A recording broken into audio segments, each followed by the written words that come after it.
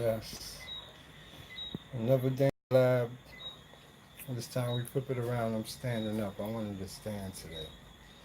So, it's been a long week for Enki. Been doing a lot of things. Today's topic we're going to talk about is actually empathism and the pros and the cons, the good and the bad. It's been a lot going on with Enki lately. One of my job is to literally defend myself against vampirism and a whole bunch of attachments, and that's how empath talk gets into this because we're gonna have to learn what empath is really. What is it? I mean, we know it's a feeling you get, these psychic abilities, but it's more to empathism from a seer, a person who could see it. And I'm gonna try to explain to it real quick. And also, what's the consequences, the pros, cons, the good, the bad? What is it? What's going on?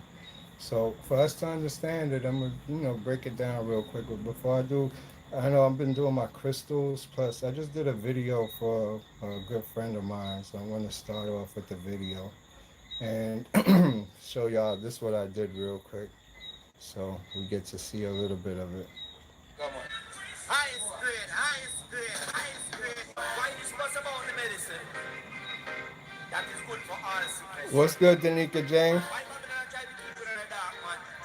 Tell us realize the years. Me don't know. Give me the highest grade. Give me the highest grade. Give me the highest grade now. Give me the highest grade now. Give me the highest grade. Yes, yes, Danica, no doubt, no doubt. Give me the highest grade now. Give me the highest grade. Me know it's the healing of the nation. It did there from foundation. Me know say this a thing of civilization. We open your eyes across the nation. Peace and blessings. Me say yes, me say in a medicine. And that's why they don't want it in dimension. Say give me me say me say give me chalice. I make me go on it up in a book. See those are peacocks.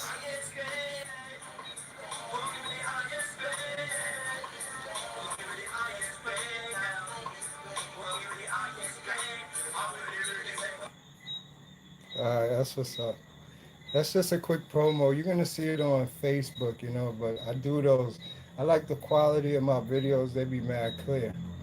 Well, I wanted to discuss, I've been doing the crystals too. I want to show real quick before I start too.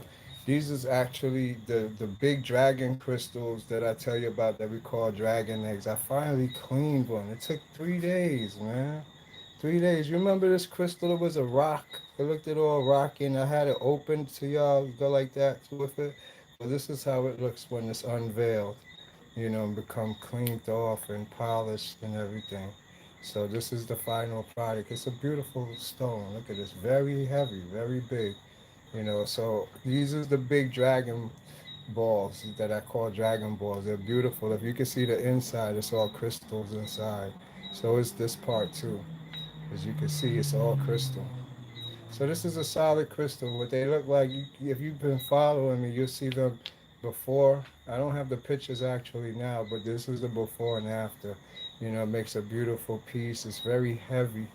And it's rituals we do as empaths to actually balance out our energy with these crystals.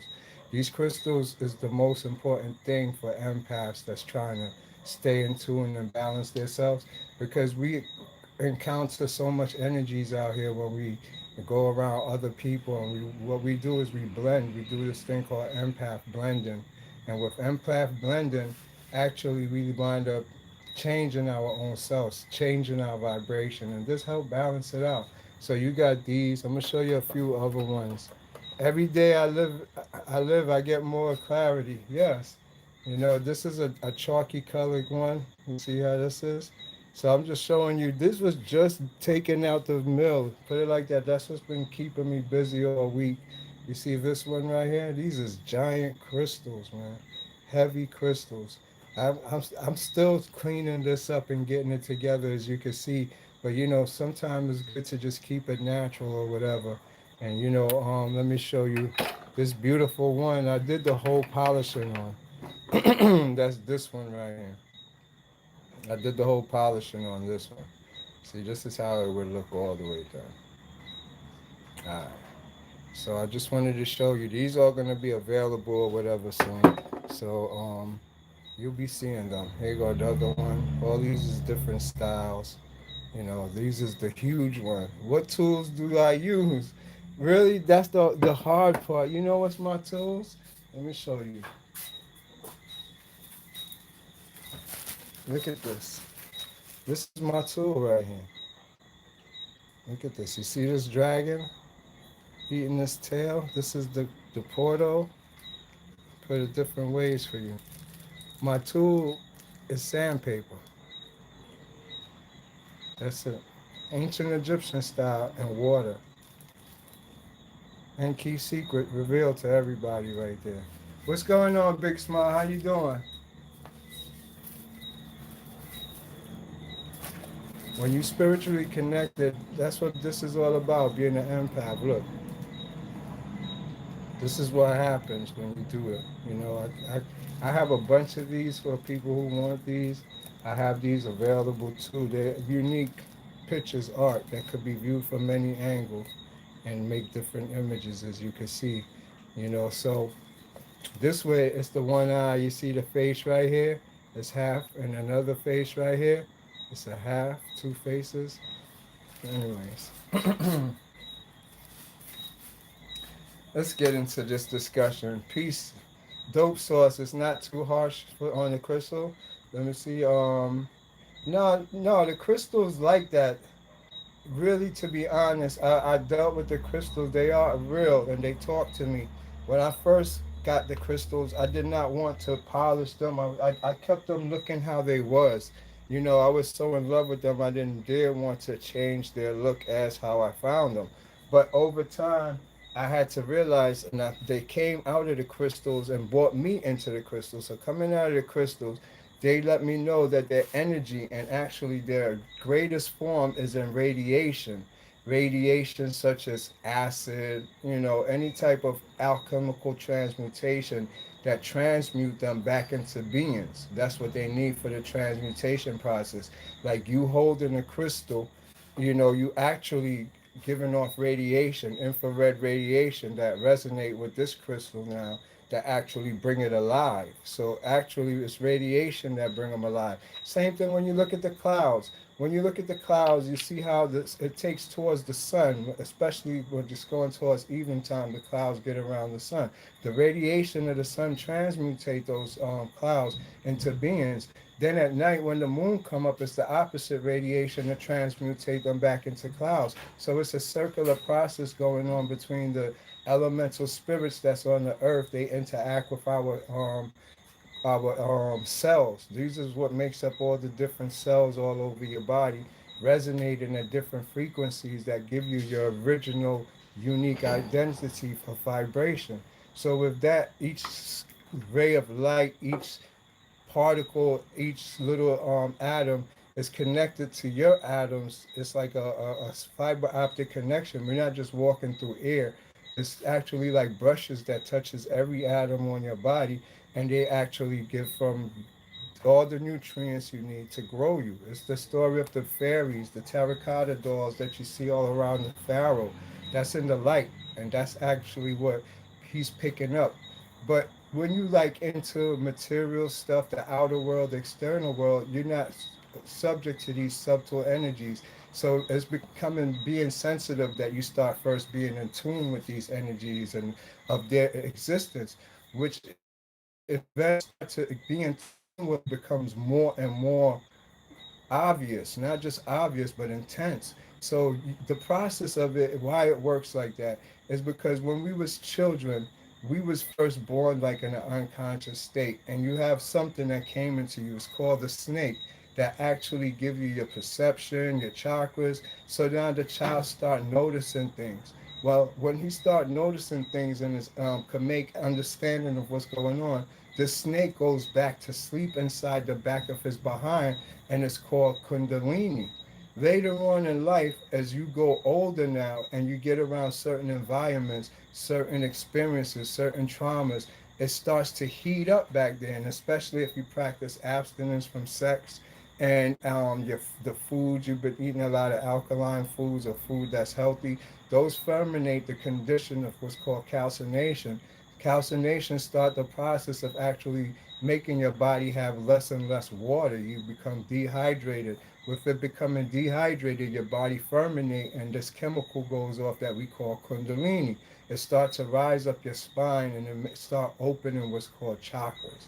This now give you a new perception when it reaches up to your pituitary gland. This is where everything starts to become activated in you. Before that, you wasn't having a neuron activation. You were seeing, but your neuron for sensing wasn't connected. Your neurons for hearing wasn't connected. Your voice box at your throat chakra wasn't connected. Your heart chakra wasn't connected. Your willpower in your stomach wasn't working. Your sexual organ was mostly what we was generating, but it didn't work. It's like you will understand it in a child.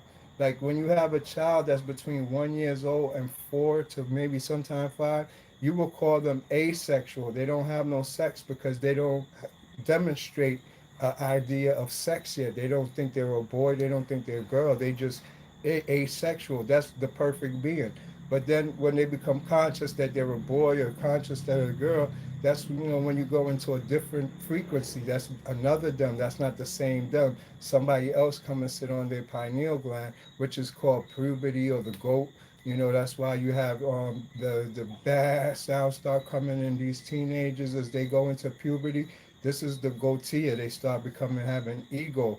It's actually a spirit like Capricorn, the goat with the horns come down upon them. You in two hemispheres here, one governed by the Tropic of Capricorn and one governed by the Tropic of Cancer, who spins on a spiral in opposite direction, creating the yin and yang. The two forces can be recognized when you're on the north of the equator.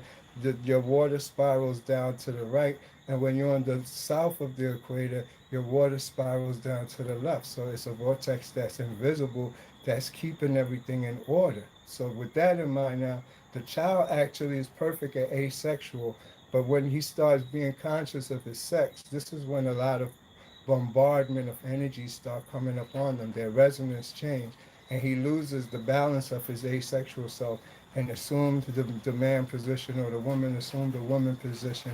And these now is where many different frequencies and sub-frequencies come upon us, and we don't remember who we are. And it's when your kundalini activate that all these sub-frequencies start going away, because you get vision, you start seeing these things called orbs or light particles that flicker by your eye. Those is the start of actually you seeing in a higher frequency. The reason why you see the flicker of light is because the white part of your eyes, they move faster than the speed of light. They sense anything faster than the speed of light, just the white part. The black part of your eye only see things below the speed of light. So you have two different speeds of light that you usually see. So when you look at the thing, whatever the orb or the light that you're seeing flashing, it's only because you're seeing it from the white. But when you look to try to see what it is, you wind up using the black, which can't perceive it, that can't see it.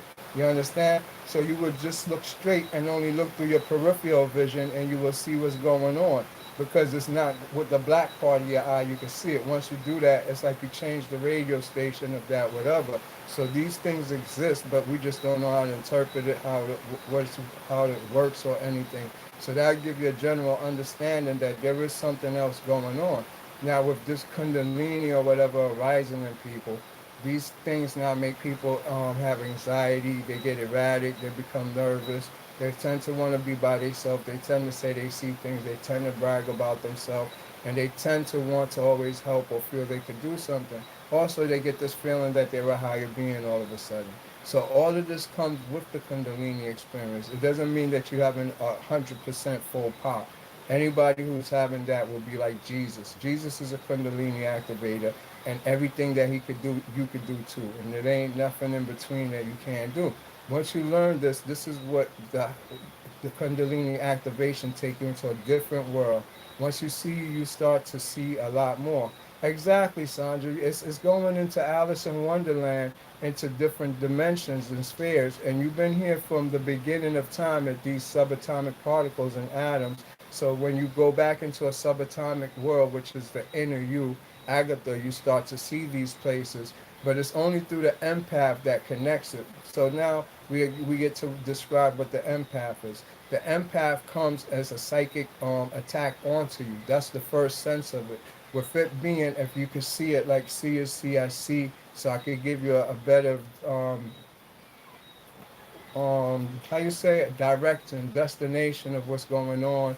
It's a dragon. These dragons, you will see their images in the cloud. A dragon is in everybody. If you look at all ancient pictures, they all have dragons. Chinese represent the dragon. The Nagas represent the dragon. The Mayans represent the dragon. The Egyptians, the blue dragon. Why everybody have this image of a dragon? What dragon? Nobody's seen a physical dragon on the earth. Well, it never was on the earth. This dragon they're talking about is in your biophysiology, which is called your etheric body. You have a physical body and an etheric body. Etheric body, you could Google it to find out what it is. But this etheric body is you're not conscious of it until the dragon connects some type of wormhole to you. That's the picture you see in the Egyptian picture of Thoth and Set pushing a spike through the ground. That spike is going through your spine, your back. You're being awoken like one of the 144,000 that's chosen. This is easily could be done unconsciously in today's 2012 movement because it's you see the effects of energy. I remember being unconscious of energy and boom, it started noticing the pull on my energy. Yes, definitely, L. Once these starts activating in you, you start seeing energy. Energy become like a cloud that is spinning in a spiral. If you stare and you at peace and you warm with your breath as far as the wave that is universal too, because we all breathing at different vibratory frequency, not in harmony, but the universe is breathing too. Whatever you do, the universe is doing too. Just unite yourself with that by being natural. Calm down. Don't think of yourself as nothing. You're nothing. And you will see yourself align yourself with the universal voice, the one Madame Blavatsky called the silence, the voice of silence. You see, it's actually talking to us and trying to guide us, but we can't tune in because TV, radio, friends, whatever it is disassociating us from our neurons to make us reprogram to what they're saying. Everybody's on their own dimension of programming. If you sit to yourself, you could tune back in. But if you don't sit to yourself, all you're going to do is be programmed by whatever you see. It's natural. It's called neuroplasticity. Once you do look at anything, you're going to mimic it. You're a computer. The physical body is a computer. You're the consciousness. There's also a mind separate that is the program interpreter. It sees in holograms. Everything it sees in 360 degrees view too at that. So it's like you're inside Briro. If you could disconnect from your body, get into your mind, first thing you'll be is in Cerebro where you see everything that happened. Why could you do that? Because the mind is just a magnetic field. This magnetic field works with what's called the pneumium of the Earth. The Earth has a spiral in North Pole and a spiral in South Pole in opposite direction. This called a magnetic field called resonance. This resonance causes an electromagnetic field backfield. The backfield records everything that is happening here. It's EMF, electromagnetic. So it's also called the Akashic Records. This always keeps information that is there because it's just a spiraling of the earth. You could do it with science or anything with a transformer, any rotor. Actually, and a magnet makes a back energy. That's why electricity goes from alternating current. And you could just take a magnet and go like this by a coil, and you will see the current goes from north to south, or positive to negative, positive to negative. So by creating one energy, you create a back energy. Same thing like set. Or what if you create something good, it has to create something evil too. Whatever it is, they have to be in unison. That's why with the yin and yang, it's half and half. So with that in mind, there is a magnetic field that's spinning around the earth called the polonium or whatever that is called the Akashic Records that the mind tunes to. If you could take your consciousness out yourself and go in that mind, that's how you're able to see everything. You don't need nobody to tell you nothing. You could go back to any time and period. But for you to see it now, it's going to be hurt and it hurts. Why?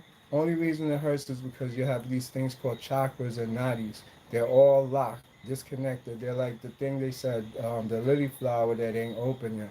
The pelorium. Yes, the pelorium. Thank you, Quara L. You got it. So that's how we don't have to look at it in a superficial way no more. If you know what the polarium is, and you know how magnetic fields capture stuff like a tape or a video recorder, that's all it is. It's a video recorder that always been there. Everybody know about it. We just don't know about it as the mundane because we don't care about that. We care about sex, drugs, and rock and roll. So that's what the problem is. But I'm telling you now, also there's also prana. Prana is not what you breathe. Prana is what's inside the air that gives you life. You don't survive off of air. You can survive probably in water if you know how to hold your prana. So there's more deeper things going on. Now, this is some of the empath stuff that comes along with being an empath that we don't know, but there's a whole bunch more. When now you become an empath, it's like your magnetic field awakens. I told you the dragon is your psychic ability that comes onto you. It is actually the psychic connection because it connects you to everything in the world that has a magnetic field. That's why it's called the dragon. It's like what World Wide Web, what only connects anything that is living has a magnetic field. Just about everything has a magnetic field. Even if you took something plastic and made it into a ball, that ball has a magnetic field now around it. We're in a magnetic field, so it's not too many things that don't have a magnetic field. There is things though. Just like the Earth, when the sun shoot a blast at it, what makes it just puff up and make a magnetic field to protect itself? You could throw the earth into the sun and nothing won't happen. Why? Because the magnetic field going to automatically come. It works as resistance. How when pressure comes to it, it automatically connects that. But it's actually the living dragon if you could see it in the spiritual eye. So this magnetic field is important to learn. Why? Because when you're going to be a spiritual healer and you ascend, and when you go into your outer body, you're going into the magnetic field. The pyramids too. Yeah, the pyramids play a big role in it. Why? Because the top of the pyramids. What's at the top of the pyramids? It was all once these things called crystals. Why? Crystals actually align to a certain magnetic field energy frequency, just like a radio station. So they tune everything with the crystals so that everybody won't tune into certain thoughts, certain fucked up things because you put it into the earth. Like I said, what you think somebody else is going to do. So if you hate somebody, you could trigger somebody else hate for the day. You think about killing somebody, you probably made two murders happen through somebody else. So they control what people thought. You know, it would look like if we're in totalitarianism.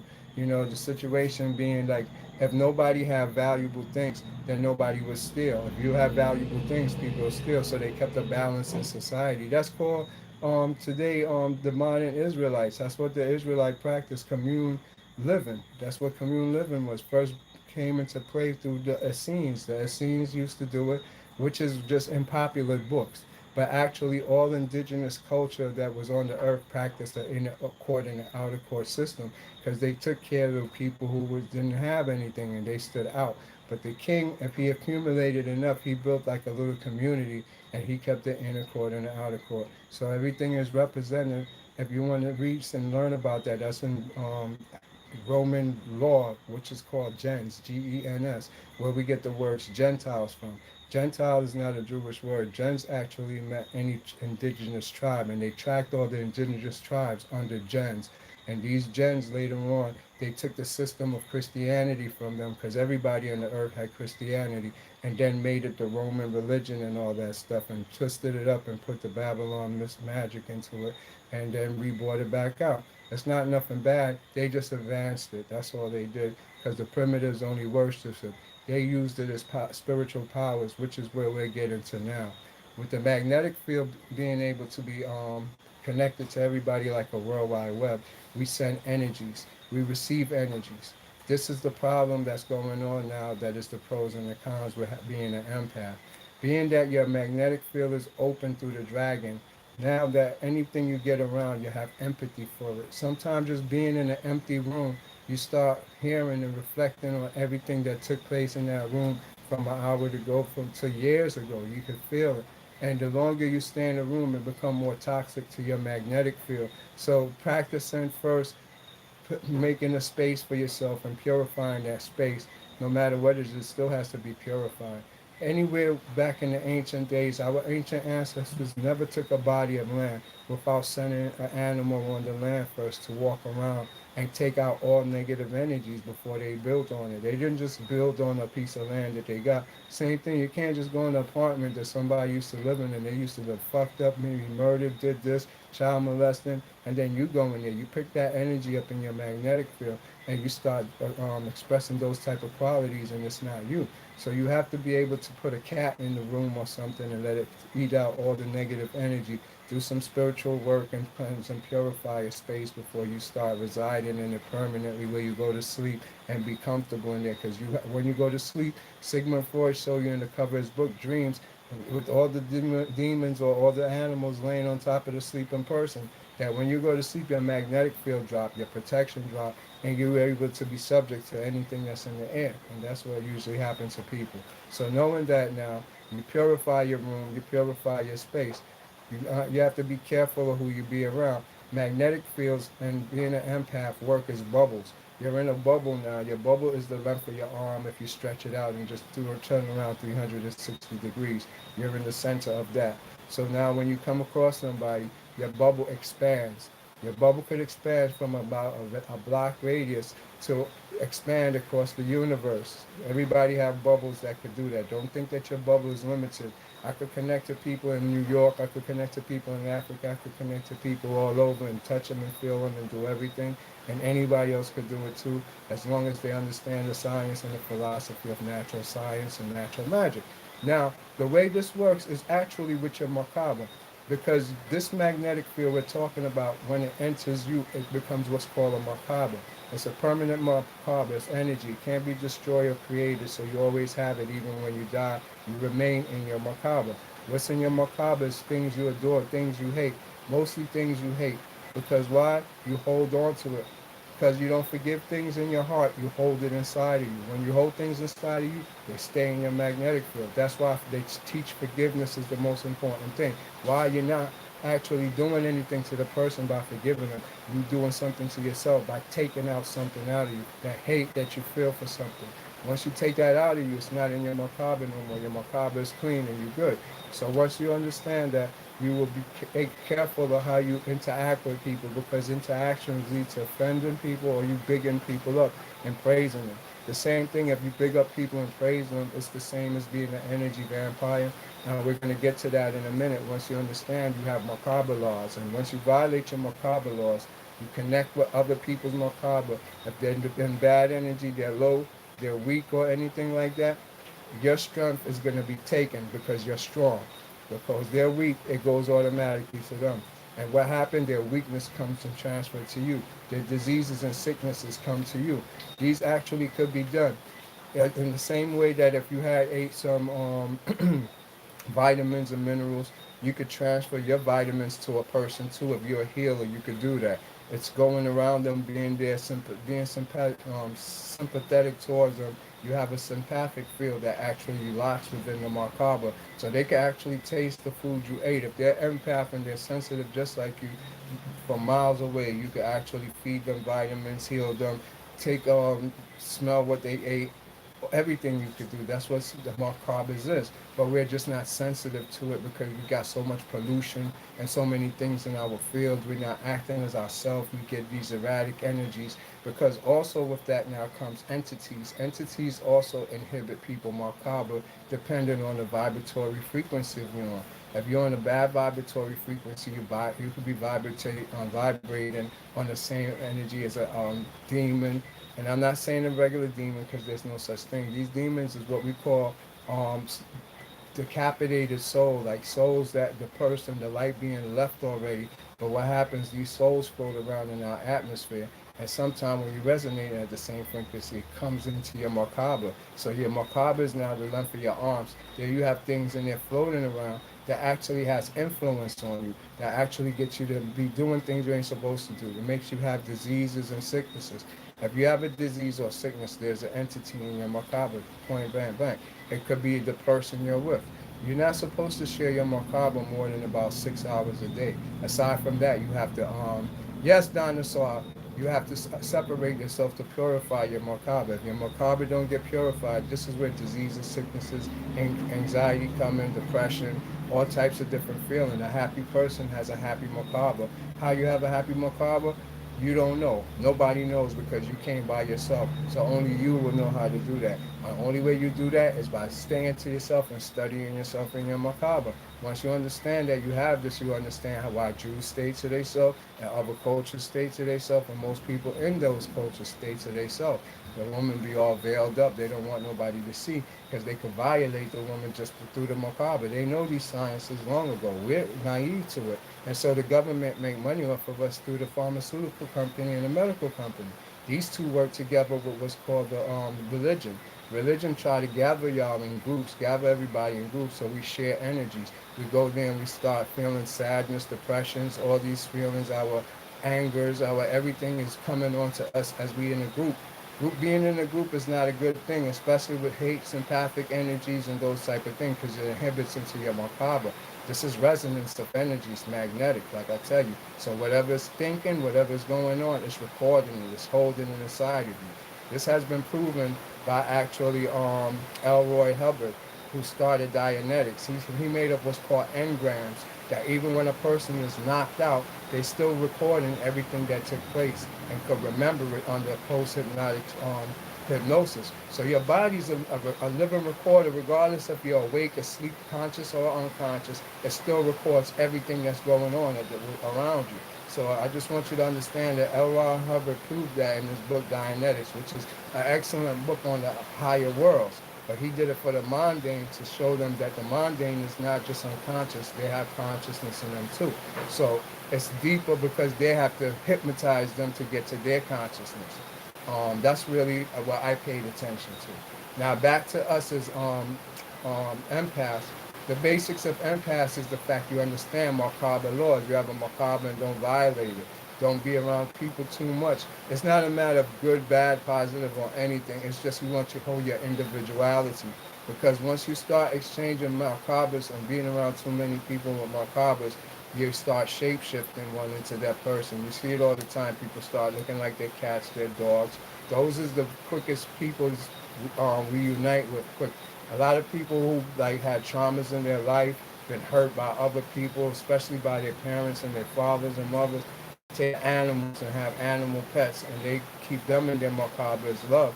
And actually, it's hard for them to get into relationships because they were so traumatized. They used the animal as a defense mechanism, and the animal actually is in a relationship with them in the spiritual world because and animals been here and they're higher beings. Those is our spiritual helpers when we go into the astral world. It's not some spiritual thing. It's an animal or a tree or a gem or a crystal that's these spiritual beings that's guiding us to where we have to go.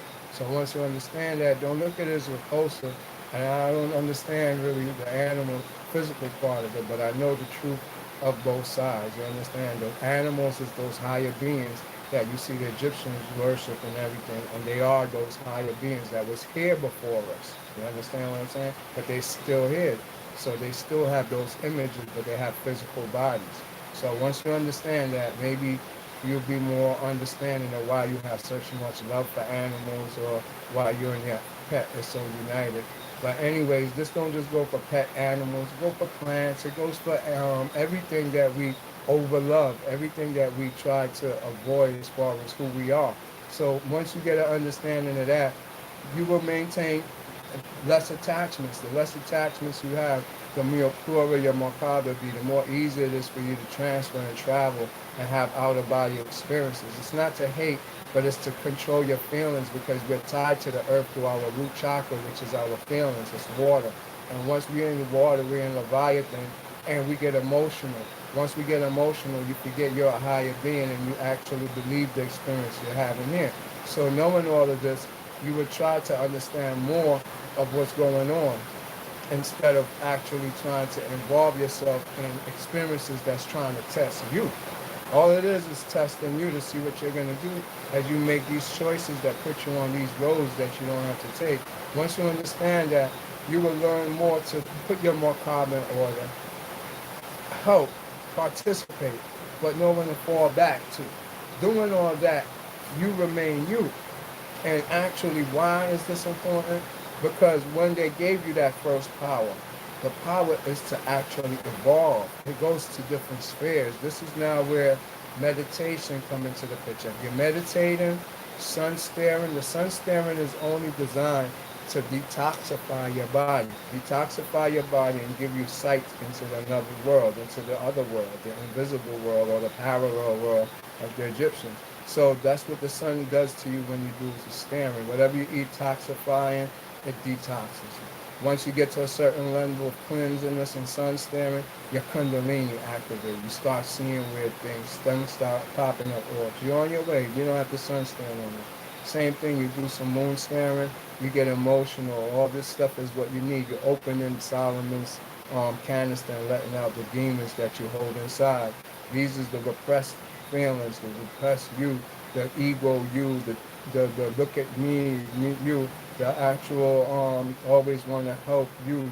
All these different sides of yourself, you have to let go of them and be a whole new you. Just stay in the moment and tell the truth. That's Hermeticism, really. Medicism is another part. And you in Jamaica, King, I'm all over. I'm from the Bronx, New York, man. I've only been here a few years now. But I need this. This is my hermetic life right here. That I didn't know none of this unless I came here. So yes, I am here, but I'm from the Bronx. All my life I've been in the Bronx. You know what I'm saying? I'm a Bronx, New York kid. You hear how I talk, how I sound. Bless up, Lord. Gratitude, tunnel as usual. Yeah, so once you understand this, comes now from understanding Macabre law, your empathism, excuse me, you start to understand now hermeticism and abstaining from sex now. This is when we're talking about higher spheres. When you're going up in higher spheres, things that interest you, you're gonna lose interest in. That's all it is. Once you start being interested in something and you stick it out, stick it out, stick it out, you're gonna outgrow it. Once you outgrow it, it's the same as moving up in spheres. When you move up in spheres, once you give yourself up, the first thing, which we call twice born, it's a simple thing. You don't have to make it a big thing. The only thing you have to do is forget about and relinquish all your beliefs, all yourself, and take your time and give yourself to the universe. Whatever the universe put in front of you is what's supposed to happen. Only thing can happen is what the universe make happen. As long as you understand that, you just follow it. You understand? So the first thing you do is give yourself up to the universe. And when you do, you only see what comes in front of you and deal with it in the most maturest way and in the most positive way. See yourself as the entity now, the strong man, conducting yourself as the business. You understand? You're not the flesh, so don't take nothing personal. Just handle it the best way you can. As you keep handling it, you start going up the stairway of ascension. That's what it's about, because the universe is only going to bring to you things that's in reference to your ascension. But if we choose to do things ourselves, or chase our own desires, that's when we go on a path that we don't know our destiny and we wind up meeting our fate. So on that note, just relinquish your beliefs, what you thinking, whatever you're doing, and just see what tomorrow holds for you, and the next day holds for you, and the next day holds for you. And you will see that the universe had a plan for you. And this plan unfold like a puzzle to be this great conglomerate of a corporation. Only that. Because the universe only create creators. That's it. The universe don't create servants. Your human people create servants by putting you down, making you have to go educate yourself to be in this world. When this world is a matter of using your common sense and looking around and seeing what's needed, and that's what the creative universe brings back into you. Your third eye open, you see things more like how you're supposed to see it. You don't see it how they told you it was. The simplest thing to remember is, like, we look at clouds. What if I was to ask you what's that? You're just going to tell me it's a cloud. You don't know what it is. That's what they tell you. If you said, if I asked you what's that, and you said that's a tree, you don't know what it is. That's what they told you. I'd rather a person say, I don't know what it is. That's how you become twice born, because in your curiosity, you're going to learn more about the tree than it was just a tree. It's the same thing. You're going to learn more about the cloud than it was just a cloud. More than probably what everybody else living under the fact they agree with what they say and just keep it moving and life do. So you have to restudy life and say, no, nothing is what they say it is. Once you understand that theory, then you're ready to start your ascension up and just take it with the universe, putting in front of you whatever you're supposed to deal with. It's the same thing as aligning with your zodiac, whatever. You will know everything. Your tarot start making sense now, because everything you're doing, it was like the drop of a card accidentally. It's just dropped in front of you, but you accept it. You don't be like, nah, I don't want this. I hate this. This is not for me. I'm not going to do this. This way, you really, I don't know. You've been doing that all your life. Put it like that, running around chasing your tail. That's what we call that. So now, what's your options? Just do what your parents did. Have a kid and sit back, and then get a house and a car, and that's the prime of your life. You get the big shit like Yo MTV Raps with the pool now, and you're really successful. Oh, I did it. No, that's not what life is about. Your life is unique. It's only you could do what you're gonna do. You're gonna change shit around here. The only way you could change it is by changing yourself. Original you, universal you. So align now with the universe and align yourself with whatever's happened daily. Stay in the moment. So now that would keep your macabre good. But moving on now, because as an empath, once you learn these things, you will become now like the seer. You're able to recycle. Why? Because you took off all those expectations of what you expect the universe to give you, all these expectations of what you think you are, all these expectations of what you think your mate is and your friend is and everything. So now you don't have nothing in you. You're empty. That's what it means. Now you're ready to be refilled. What's the refill? You observing things and seeing it for yourself and only taking in what you know is facts about what you see. Test it yourself now. And now you refill yourself with the real truth of your father, your mother, the ones who's the universe, the air, the spirits that I told you, the particles that are all over you. All these little particles is what we call thought. Thought is the only thing that is your thoughts. It's what you tune into.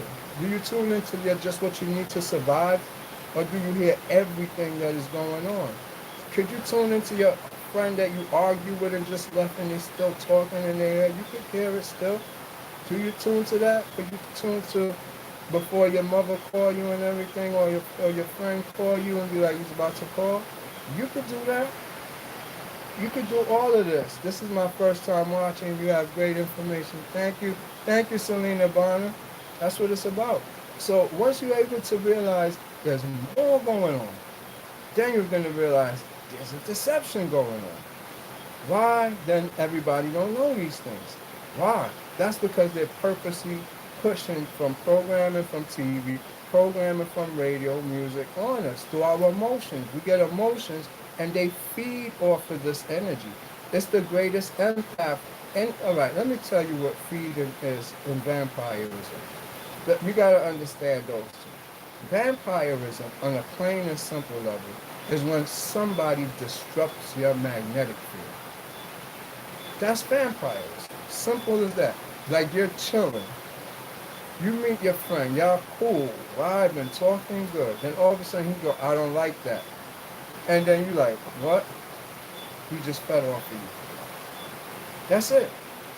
By disrupting your magnetic field, it actually make a resonance in your field that make a person feed off of your thing. So what you want to do is not have your field being disrupted. So you would try to stay in like a Buddha state of mind where nothing bothers you. It's important for you to understand that because nobody know themselves. Everybody is a spirit acting out what the spirit is doing. They think they're physical and they're doing it, but they're not. So boom, I'll give you a perfect example.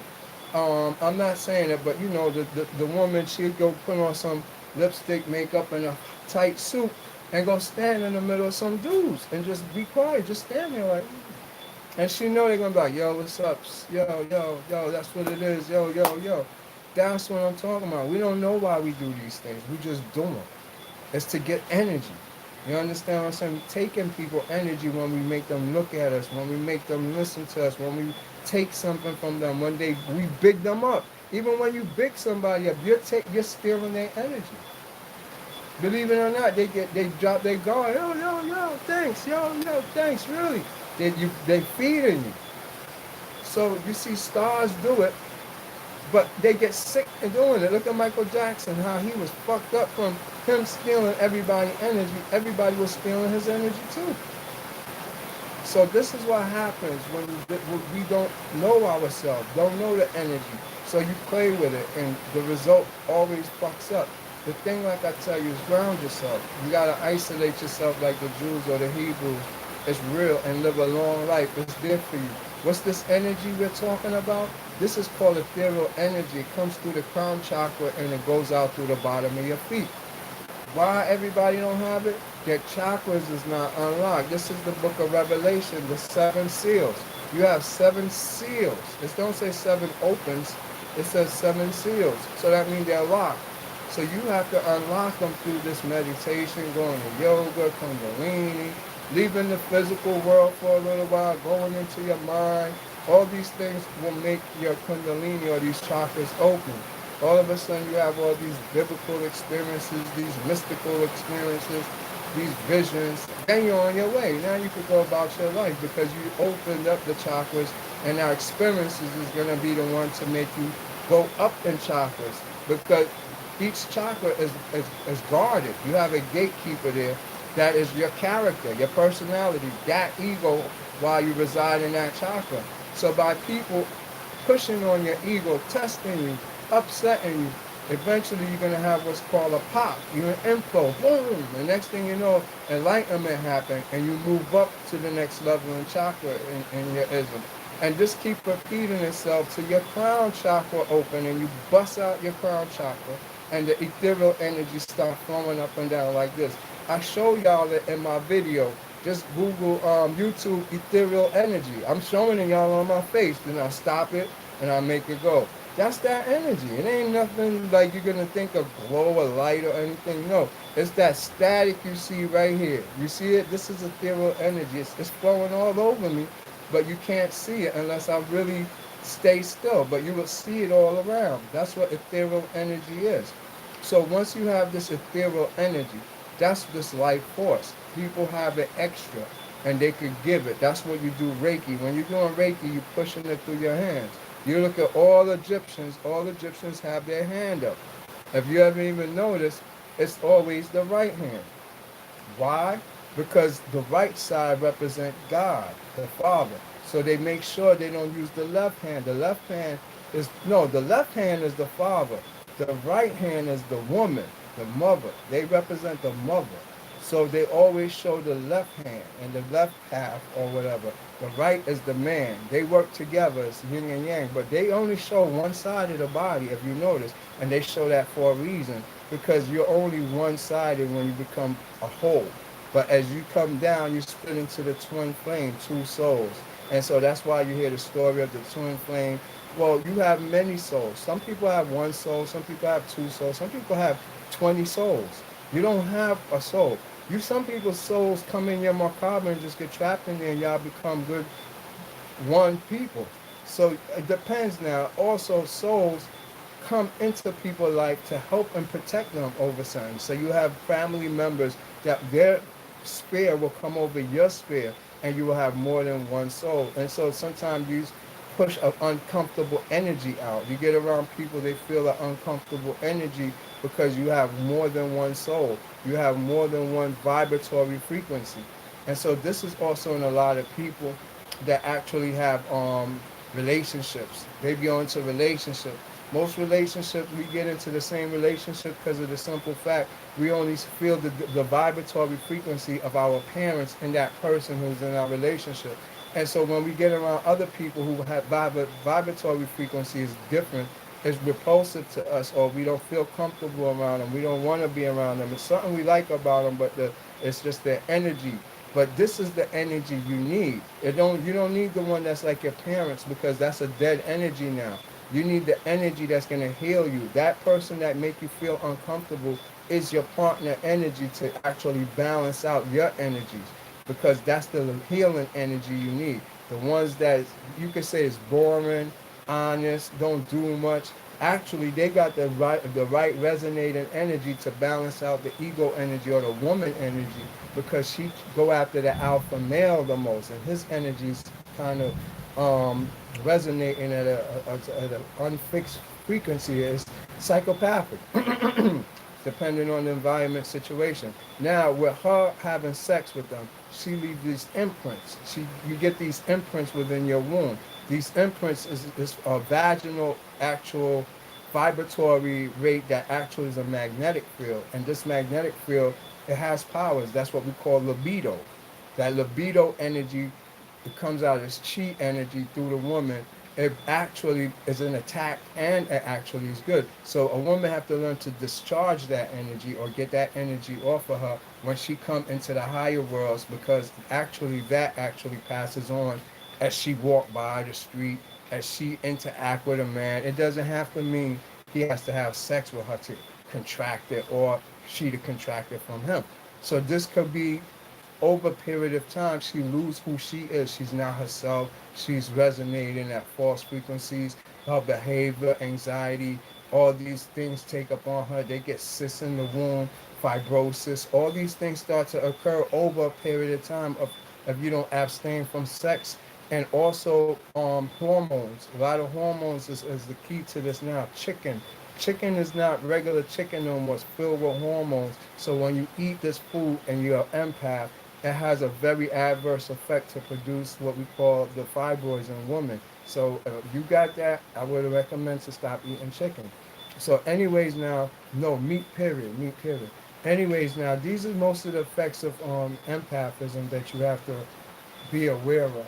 And I just wanted to make everything clear to y'all so y'all understand.